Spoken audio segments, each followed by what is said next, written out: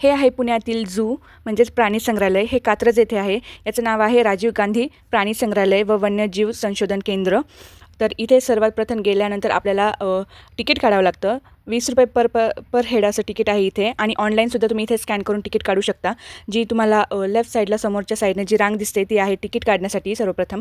आणि हे जे आहे ते आम्ही स्कॅनरने काढलं. त्यानंतर आम्ही तिकीट स्कॅन केलं आणि आतमध्ये प्रवेश केला. आतमध्ये प्रवेश केल्यानंतर समोरचा व्ह्यू असा आहे. त्यानंतर आपल्या उजव्या साईडला आतमध्ये गेल्यानंतर आपल्याला जर पाण्याची बाटली बाहेरून घेऊन जायची असेल, म्हणजे प्लास्टिकची पाण्याची बाटली जर न्यायची असेल तर तुम्हाला इथे चार्जेस लागणार होते. आणि जर नसेल न्यायची तुम्हाला किंवा तुमच्याकडे काचेची किंवा स्टीलची बॉटल असेल तर चार्जेस नव्हते. तर आम्ही काही पाण्याची बॉटल वगैरे घेतलेली नव्हती, त्यामुळे आम्हाला ते चार्जेस लागले नाही. त्यानंतर समोरच असा झू लिहिलेला मोठासा असं स्टॅच्यू आहे. त्यानंतर आतमध्ये गेल्यानंतर सर्वप्रथम आपल्याला बघायला मिळतात ही मंकी म्हणजेच माकडं. तर खूप सारी माकडं होती, पण आता दुपारची वेळ असल्यामुळे ती झोपलेली होती, थंड हवेखाली बसलेली होती, त्यामुळे ती काही एवढी दिसत नव्हती. पण इथे एक माकड आम्हाला दिसलं आणि आर्याला ते खूप म्हणजे असं नवल वाटलं. त्यानंतर तिने त्या माकडाला जय बाप्पा केला, पाया पडली त्याच्या, आणि मग नंतर सुरू झाला आमचा आतमधला प्रवास. तर या प्राणी संग्रहालयाचे 2 भाग केलेले आहेत. एका बाजूला आहेत पूर्ण आपले सरपटणारे प्राणी, म्हणजे जसे की साप झालं, मगर झालं, कासव वगैरे, हे सगळं तिकडे आपल्याला एका साईडला बघायला मिळतं. आणि दुसऱ्या बाजूला आहेत आपले वाईल्ड ॲनिमल म्हणजेच आपले जंगली प्राणी, जे की जसं की वाघ झालं, सिंह झालं, हत्ती, हे सगळे आपल्याला दुसऱ्या साईडला बघायला मिळतात. तर आम्ही सुरुवात केली होती सर्वप्रथम आपले सरपटणाऱ्या प्राण्यांपासून. तर सुरुवातीला आतमध्ये गेल्यानंतरच आपल्याला बघायला मिळतात ते म्हणजे साप. तर हे एक असं त्यांनी चेंबर बनवलेलं होतं, त्याच्यामध्ये खूप सारे साप होते. तर हे असे वेगवेगळ्या प्रकारचे वेगवेगळ्या प्रजातीचे इथे साप आहेत. आता एक्झॅक्टली मला ह्या सापाचं नाव आठवत नाही आहे, पण हे असे पूर्ण गोल्डन कलरचे आणि खूप असे चमकणारे साप होते. तुम्ही बघू शकता, हे पाण्यात पण बसतात, झाडावर पण चढतात. आता आपण या झूविषयी थोडीशी माहिती घेऊया. हे उद्यान पुणे सातारा रोडवर कात्रज येथे अगदी कात्रज डेअरीच्या समोर आहे आणि याची वेळ आहे सकाळी 9:30 ते संध्याकाळी 5 वाजेपर्यंत. या उद्यानाला कात्रज सर्पोद्यान पण म्हटलं जातं. या उद्यानाची स्थापना इसवी सन 1986 मध्ये नीलम कुमार खैर यांनी केली आणि ते या सर्पोद्यानाचे पहिले संचालक होते. या उद्यानात सर्व जातीचे साप, सरपटणारे प्राणी आणि प्राणी जगतातील अनेक प्रजातींचे जीव आपल्याला पाहायला मिळतात. तुम्ही बघू शकता इथे किती मोठ्या मोठ्या प्रकारचे साप आहेत आणि हे झाडावरही चढतात, पाण्यात पण राहतात आणि एकाच ठिकाणी बघू शकता तुम्ही किती मोठा असं गुच्छ करून ते बसलेले आहेत. पूर्ण झाडाच्या फांद्यांमध्ये लपलेले आहेत ते. आणि काही काही साप तुम्ही बघू शकता. हा इकडचा एक जो साप आहे तो किती चपळ आहे, तो किती स्टंट करून दाखवतो आहे आपल्याला एक वेगवेगळ्या प्रकारचे.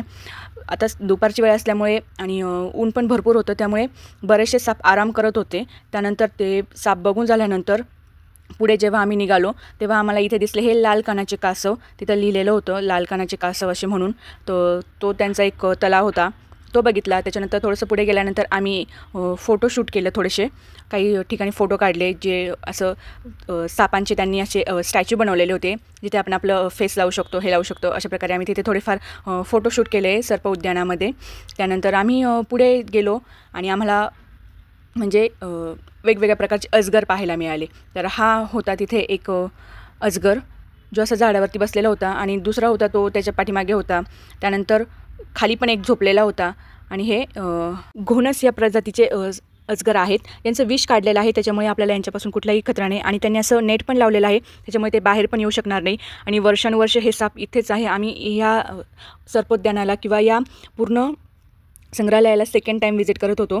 आणि आम्ही दोघंजण आधी तर जाऊन आलेलो होतो, पण आर्याला आम्हाला हे स्पेशली दाखवायचं होतं. माहीत नाही तिला हे सगळ्या गोष्टी लक्षात राहणार आहे की नाही इतक्या लवकर, पण तरी पण आम्ही तिला दाखवण्याचा प्रयत्न करत होतो. आणि तिला ते बघून असं म्हणजे खूप नवल वाटत होतं की अरे बापरे, हे काय आहे, हे काय आहे, असं ती म्हणजे एक्साइटमेंट करत होती.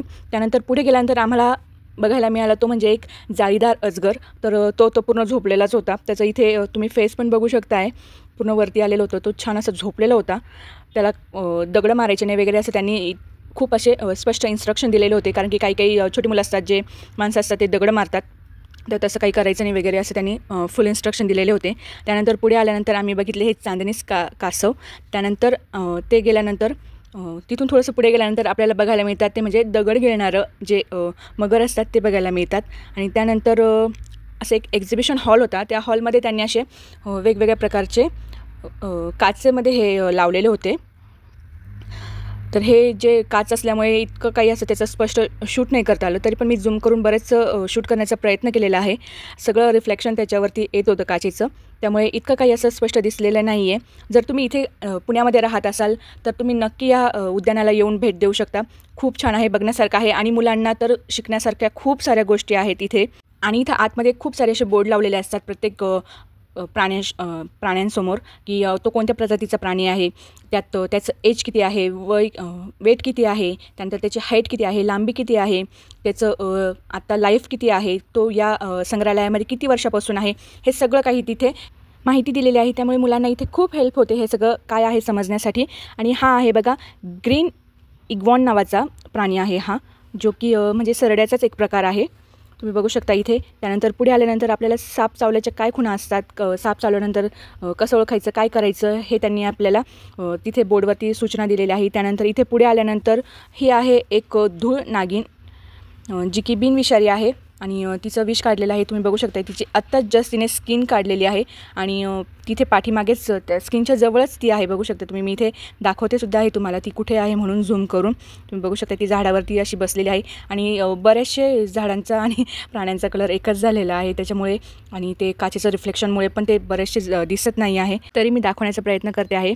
तर खरं तर हे प्राण्यांची पण सेफ्टी आणि आपल्या पण सेफ्टीसाठी हे त्यांनी केलेलं आहे, ते खूप गरजेचंच असतं. त्यानंतर इथे आहे ही तस्कर नावाचं जो साप आहे तो आहे. तुम्ही बघू शकता झाडाच्या एका कोपऱ्यावरती ते पूर्ण बसलेले आहेत, तसं गुच्छा करून बसलेले आहेत, पूर्ण एकमेकाला वेटोळे घालून बसलेले आहेत झाडावरती. त्यानंतर पुढे आहे ही चापडा या प्रजातीचं जो साप असतो तो आहे. इथे ग्रीन कलरचा साप आहे, त्याने पण आता स्किन काढलेली आहे.